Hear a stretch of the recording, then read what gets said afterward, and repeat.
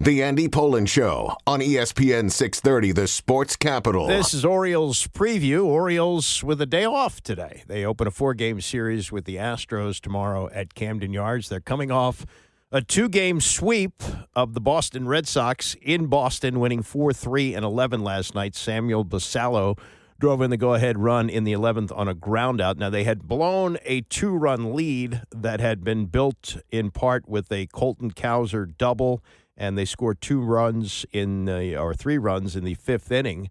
So they're up 3-1 going to the bottom of the 9th, and they give up a 2-run homer to guess who? Nathaniel Lowe, who had been released by the Nationals last week, claimed by the Red Sox, paying instant dividends for them. But in the 11th, the Orioles come away with the win. Now, here's where it puts them.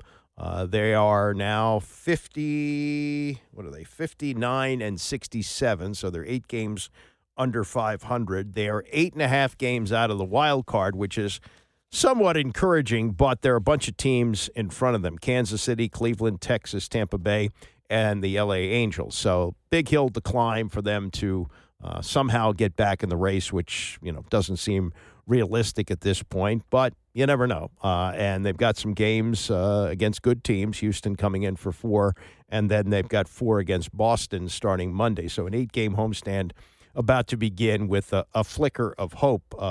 With the win last night, they did get some confidence, certainly taking 2 in Boston, and some good feelings as Cowser talked to Masson's Rob Lowe. Golden, you had a hit and an RBI, but the first question I got to ask you, Nathan Eaton not going, you had to have been surprised by that. Well, I was a little shallow, and the only goal was just to get it out quick and on a line, and I guess they shut it down right when I got it out of my hand, so it worked out. It worked out. It worked out. Now, a long time ago, we almost forgot. Sagano gave you guys a chance with 5 innings.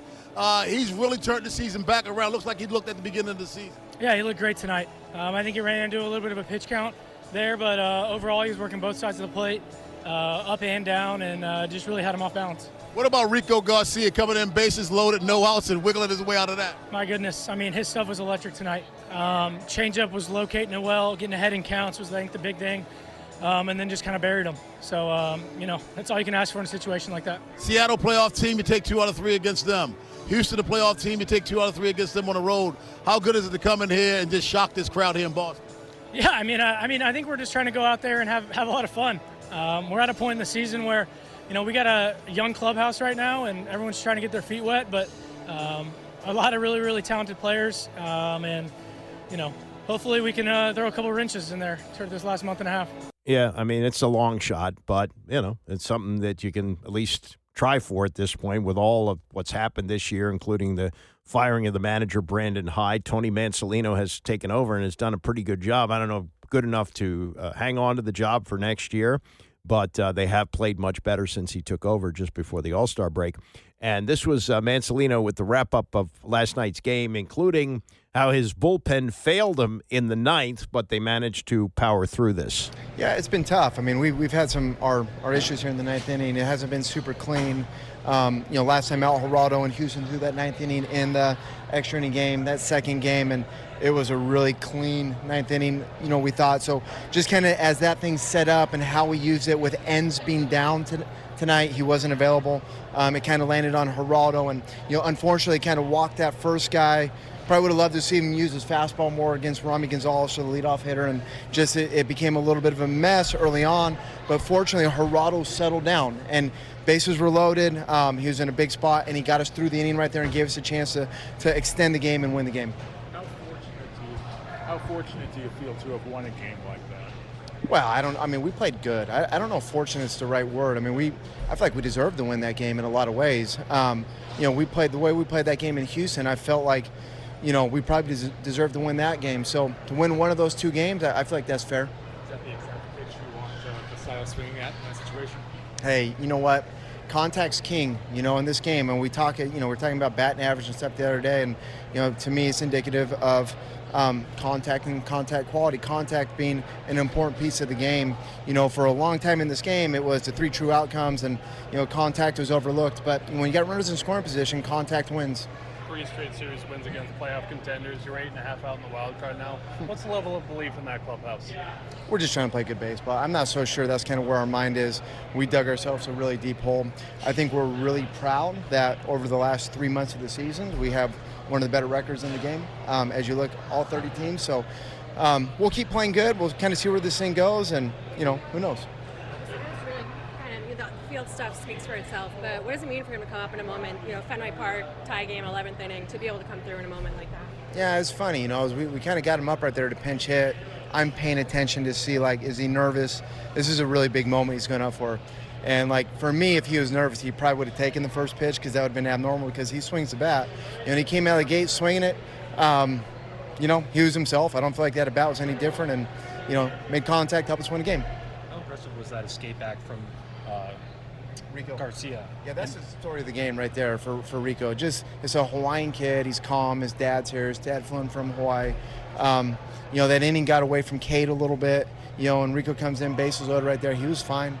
When he came in the game, got on the mound, he was fine. And to punch out 3 guys in that spot, it's really impressive. Now, there's a lot of guys that, have bounced around the league in some ways. Gerardo's a guy. Rico's a guy right there. Wolfram's a guy. There's a lot of guys. Corbin Martin, they bounce around MLB, and they're getting opportunities that they have never gotten because of we kind of cleared out the bullpen at the trade deadline, and, they're doing pretty good. Only 12 pitches for him in that inning. Did you consider sending him back out for the 9th?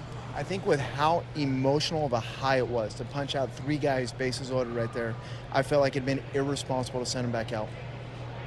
How about Sagano's great. I think his 85 pitches. We were kind of going back and forth on whether to send him back out for the 6th inning. He's on 4 days rest, his regular rest. It's been a long season. We kind of liked what he did right there. You had the lefties up, so we made the move with Aiken. It worked out. But Tomo was great, threw the ball great. The 1 run was unearned, and he's been really good for probably 6, 7, 8 starts now. Yeah, he really turned things around after a rough start to the season. I did give up a run, the first run for the Red Sox on a balk, but did settle down, give him 5 good innings. This was Sagano with an interpreter. So bear with us on this, but this is Sagano, who does not speak English, with an interpreter on how he has turned this season around. 本当にやりたいことができていると思いますし、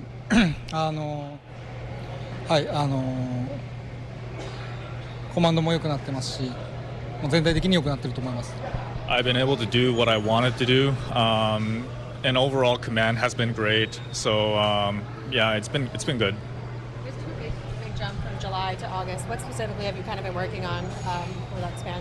7月から8月にかけて、ものすごくその成績がジャンプしたように良くなったと思うんですけど、何か特別変えたことっていうのはあったんですか？しっかりこのうまくいかないっていう原因を追求して、その課題と向き合って、いろんな人の力を借りて克服できたと思っています。Yeah, just kind of reflect on what's not working and try to understand the reason why. And I talked to a bunch of people, try to fix it, making sure I face what my problems were. Those are the sort of things that I worked on. This team has played much better baseball since June and late May.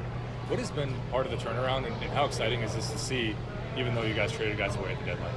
オリオールズのチーム全体として、5月、6月を機に結構いい野球をしてると思うんですけど、何がきっかけだったと思いますか？やっぱり生え抜きのガナーであったり、ジャッキーであったり、アドリーももちろん含めてですけど、そういう選手が一人一人自覚を持って、プレー以外のところでもリーダーシップを取ろうとしているように僕は見えているので、そういうのがいい結果につながってるんじゃないかなと思います。I think our core guys like Gunnar, Jackson, Adley, I think they're kind of starting to understand the leadership role here, and they're kind of standing up for themselves. So I think that is the major change. Tomo Sugano with his interpreter, and he has pitched well. The Orioles have played better, good enough to make a miracle run over these last 6 weeks. Not likely. Got a big hill to climb, 8.5 games behind Seattle for that final wild card spot, with Kansas City, Cleveland, Texas, Tampa Bay, and the Angels in front of them. But they are more entertaining to watch these days, and they got a big series with Houston coming up tomorrow night at Camden Yards. That's it for Orioles Preview. Coming up next, we will get to what is a very historic day for the NFL, which you probably don't know about. But we'll do that next. It's the Andy Pollin Show, ESPN 630.